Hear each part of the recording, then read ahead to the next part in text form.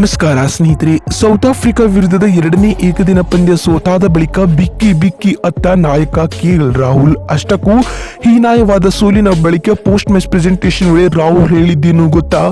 ಬನ್ನಿ ಇವತ್ತಿನ ಈ ಒಂದು ವಿಡಿಯೋದಲ್ಲಿ ಪೋಸ್ಟ್ ಮ್ಯಾಚ್ ಪ್ರೆಸೆಂಟೇಷನ್ ವೇಳೆ ರಾಹುಲ್ ಅವರು ಅಳುತ್ತಲೇ ಮಾತನಾಡಿದ ಆ ಮಾತುಗಳಾದರೂ ಏನು ಅದನ್ನೇ ತಿಳಿಸ್ಕೊಡ್ತಾ ಹೋಗ್ತೀನಿ. ಹಾಗಾಗಿ ವಿಡಿಯೋವನ್ನ ಕೊನೆವರೆಗೂ ನೋಡಿ. ಅದಕ್ಕಿಂತ ಮುಂಚೆ ಸ್ನೇಹಿತರೆ, ನೀವು ಕೂಡ ಟೀಮ್ ಇಂಡಿಯಾದ ಅಪ್ಪಟ ಅಭಿಮಾನಿಗಳಾಗಿದ್ದರೆ ತಪ್ಪದೆ ಈ ಕೂಡಲೇ ಈ ವಿಡಿಯೋಗೊಂದು ಲೈಕ್ ಮಾಡಿ ಮತ್ತು ಅಗತ್ಯವಾಗಿ ಚಾನೆಲ್ಗೊಂದು ಸಬ್ಸ್ಕ್ರೈಬ್ ಮಾಡಿ. ಅದೇ ರೀತಿಯ ಬಂಧುಗಳೇ, ನಿಮ್ಮ ಪ್ರಕಾರ ನಮ್ಮ ಕನ್ನಡಿಗ ಕೆಎಲ್ ರಾಹುಲ್ ಅವರ ನಾಯಕತ್ವದ ಕುರಿತು ನಿಮ್ಮ ಅನಿಸಿಕೆ ಮತ್ತು ಅಭಿಪ್ರಾಯಗಳನ್ನ ತಪ್ಪದೆ ಕಾಮೆಂಟ್ ಬಾಕ್ಸ್ ಅಲ್ಲಿ ಕಮೆಂಟ್ ಮಾಡಿ. ಯಾಕಂದ್ರೆ ನೀವು ಮಾಡುವ ಒಂದೊಂದು ಕಾಮೆಂಟ್, ಒಂದೊಂದು ಲೈಕ್ ಕೂಡ ಬಹಳ ಮುಖ್ಯ. ಹೌದು ಸ್ನೇಹಿತರೆ, ನಿಮಗೆ ಗೊತ್ತಿರುವಂತೆ ಟೀಮ್ ಇಂಡಿಯಾವು ಸೌತ್ ಆಫ್ರಿಕಾ ವಿರುದ್ಧ 3 ಪಂದ್ಯಗಳ ಏಕದಿನ ಸರಣಿಯನ್ನ ಆಡುತ್ತಿದೆ.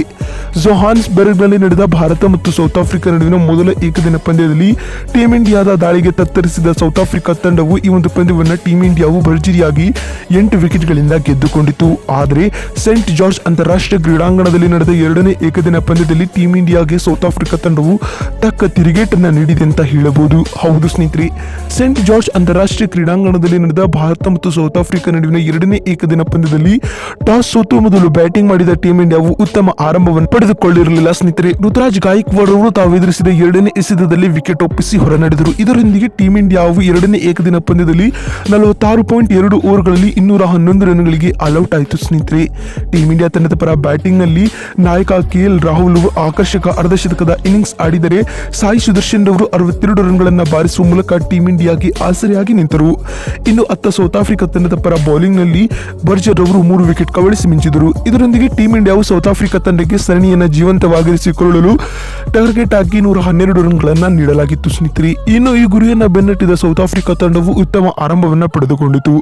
ರೀಜಾ ಹೆನ್ರಿಕ್ಸ್ ಹಾಗೂ ಟಾನಿ ಜಾರ್ಜ್ ರವರು ಸ್ಫೋಟಕ 130 ರನ್ಗಳ ಜೊತೆ ಆಟ ಆಡುವ ಮೂಲಕ ಟೀಮ್ ಇಂಡಿಯಾದ ಬೌಲರ್ಗಳಿಗೆ ಕಂಟಕವಾಗಿ ಕೊಡುತ್ತಿದ್ದರು. ಅದರಲ್ಲಿಯೂ ಜಾರ್ಜ್ ರವರು 119 ರನ್ಗಳ ಸ್ಫೋಟಕ ಶತಕವನ್ನು ಬಾರಿಸಿ ಟೀಮ್ ಇಂಡಿಯಾದ ಸೋಲಿಗೆ ಪ್ರಮುಖ ಕಾರಣರಾದರು. ಸ್ನೇಹಿತರೆ, ಇನ್ನು ರೀಜಾ ಹೆನ್ರಿಕ್ಸ್ ರವರು 52 ರನ್ ಬಾರಿಸಿದರು ಅಂತ ಹೇಳಬಹುದು. ಇದರೊಂದಿಗೆ ಸೌತ್ ಆಫ್ರಿಕಾ ತಂಡವು ನಿಗದಿತ ಟಾರ್ಗೆಟ್ ಅನ್ನ ಕೇವಲ 42.3 ಓವರ್ಗಳಲ್ಲಿ 2 ವಿಕೆಟ್ ಕಳೆದುಕೊಂಡು 215 ರನ್ ಬಾರಿಸುವುದರೊಂದಿಗೆ ಈ ಪಂದ್ಯವನ್ನ 8 ವಿಕೆಟ್ಗಳಿಂದ ಗೆದ್ದುಕೊಂಡಿತು. ಇದರೊಂದಿಗೆ 3 ಪಂದ್ಯಗಳ ಏಕದಿನ ಸರಣಿಯಲ್ಲಿ ಸೌತ್ ಆಫ್ರಿಕಾ ತಂಡವು 1-1 ಅಂತರದ ಸಮಬಲವನ್ನ ಕಾಯ್ದಿರಿಸಿಕೊಂಡಿದೆ.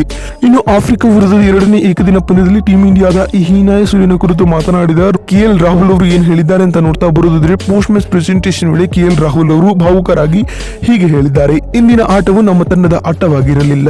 ಅದರಲ್ಲಿಯೂ ಬ್ಯಾಟಿಂಗ್ ನಲ್ಲಿ ನಮ್ಮ ತಂಡದ ಆಟಗಾರರು ತೀರಾ ವೈಫಲ್ಯವನ್ನ ಅನುಭವಿಸಿದ್ದಾರೆ.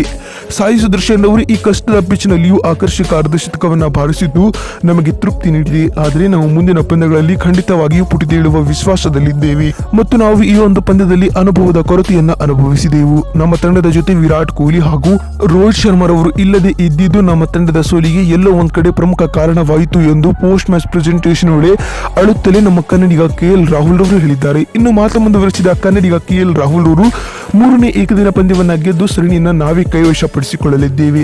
ಈ ಮೂಲಕ ಸೌತ್ ಆಫ್ರಿಕಾ ತಂಡಕ್ಕೆ ತಕ್ಕ ಪಾಠವನ್ನ ಕಲಿಸಲಿದ್ದೇವೆ ಎಂದು ಪೋಸ್ಟ್ ಮ್ಯಾಚ್ ಪ್ರೆಸೆಂಟೇಷನ್ ವೇಳೆ ಟೀಮ್ ಇಂಡಿಯಾದ ಓಡಿಐ ತಂಡದ ನಾಯಕ ಕೆಎಲ್ ರಾಹುಲ್ ಅವರು ಹೇಳಿದ್ದಾರೆ. ಇನ್ನು ಮಾತು ಮುಂದುವರೆಸಿದ ರಾಹುಲ್ ಅವರು, ಈ ಒಂದು ಸೋಲಿನಿಂದ ನಾನು ತೀವ್ರ ಭಾವುಕನಾಗಿದ್ದೇನೆ. ಇದನ್ನ ನಾನು 3ನೇ ಏಕದಿನ ಪಂದ್ಯದಲ್ಲಿ ಗೆಲ್ಲುವ ಮೂಲಕ ತೀರಿಸಿಕೊಳ್ಳಲಿದ್ದೇನೆ ಎಂದು ಸ್ಫೋಟಕ ಹೇಳಿಕೆಯನ್ನ 2ನೇ ಏಕದಿನ ಪಂದ್ಯ ಸೋತಾದ ಬಳಿಕ ಕನ್ನಡಿಗ ಕೆಎಲ್ ರಾಹುಲ್ ಅವರು ಹೇಳಿದ್ದಾರೆ.